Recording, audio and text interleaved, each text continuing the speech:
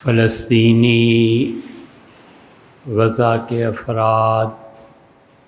مرد و عورت اور بچے، تقریباً تمام لوگ اس بات پر متفق ہیں کہ وہ 5,70,000 80,000 اموات ہوئیں۔ اللہ تعالیٰ نے احسان فرمایا کہ ایک موقع پہ آ کر غیر مسلم طاقتوں نے فیصلہ کر لیا کہ اب وہ مزید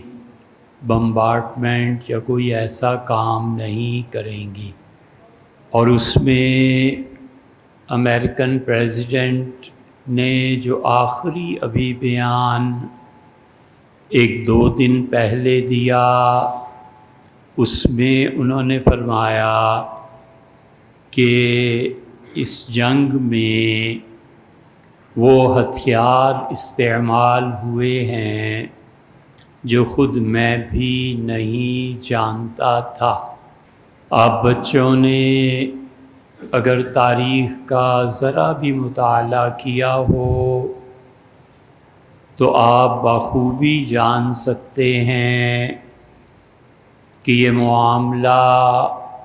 دوسری جنگ عظیم کا جو اختتام ہوا تھا اسی سے ملتی جلتی ایک صورت ہے۔ آپ کا تجزیہ ثابت کرے کہ وہ جو صورت پیش آئی تھی یہ اس سے 50% مختلف ہے۔ ہم کہیں 70%، آپ کہیں 30 اور ہم کہیں 40، تو دوسرے کی رائے کے مختلف ہونے کے باوجود احترام کرنا لازم ہے۔ دوسری جنگ عظیم کے خاتمے پر بہت سے پوائنٹس لکھے گئے تھے، اور ان میں 2 صورتیں، 2 چیزیں ایسی تھیں جن کو آج بھی ہم غزہ میں دیکھتے ہیں۔ اس وقت پوری دنیا غلام ہے، میں غلام ہوں، آپ ہیں یا نہیں ہیں یہ آپ جانیں اور آپ کا ضمیر جانے،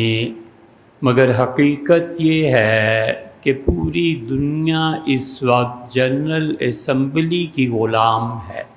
اور اسمبلی جن میٹرز کو پاس کر دے پھر وہ ایک اور جگہ، اور وہاں پہ انگلینڈ، امریکہ، چائنا، فرانس، یہ سارے ممالک بیٹھے ہوئے ہیں، اور کسی کے مفاد پر زد پڑے اور سلامتی کونسل اسے رد کر دے تو کچھ نہیں کیا جا سکتا۔ یہ بارہا ہوا ہے، یہ آئندہ بھی ہوگا، اور اللہ ہی جانتا ہے کہ سلامتی کونسل کے فیصلے لوگوں پر کب تک نافذ ہوتے رہیں گے۔ سلامتی کونسل نے دوسری جنگ عظیم کے بعد جو نتائج سامنے آئے اور بڑے ممالک نے جو فیصلہ کیا تھا وہ اب تک دنیا پر نافذ ہونے کی وجہ سے میں اس غلامی کو محسوس کرتا ہوں، اور کبھی جب شدت پکڑ جائے اندر کی یہ بات کہ میں غلام ہوں تو پھر سوچتا ہوں کہ آزادی کے لیے کیا کروں۔ انہوں نے اس وقت فیصلہ کیا، امریکہ نے جاپان کو بہت بری طرح شکست دی، اور ایسی شکست کہ ایٹم چل گیا اور 2 شہر برباد ہو گئے اور جاپان جنگ ہار گیا، اور انہوں نے کہا کہ تم لوگوں کا فیصلہ آئندہ سے ٹرومن، پریزیڈنٹ امریکہ اور فرانس اور یہ لوگ مل کر کریں گے، اور انہوں نے جاپان کا فیصلہ کیا بالکل اسی طرح جس طرح اب کہا گیا کہ برطانیہ کا وزیر اعظم پرانا، دوسری جنگ عظیم کا فیصلہ وہ ہوا،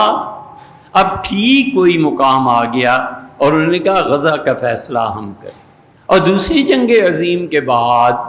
کبھی سوچیں آپ